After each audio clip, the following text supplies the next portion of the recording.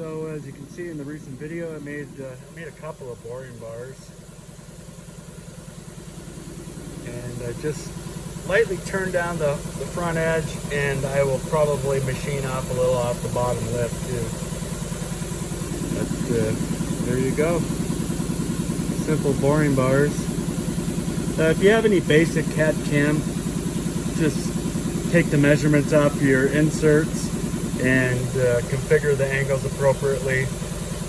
There really isn't anything difficult about making these. Just make sure you have the right material when you do it.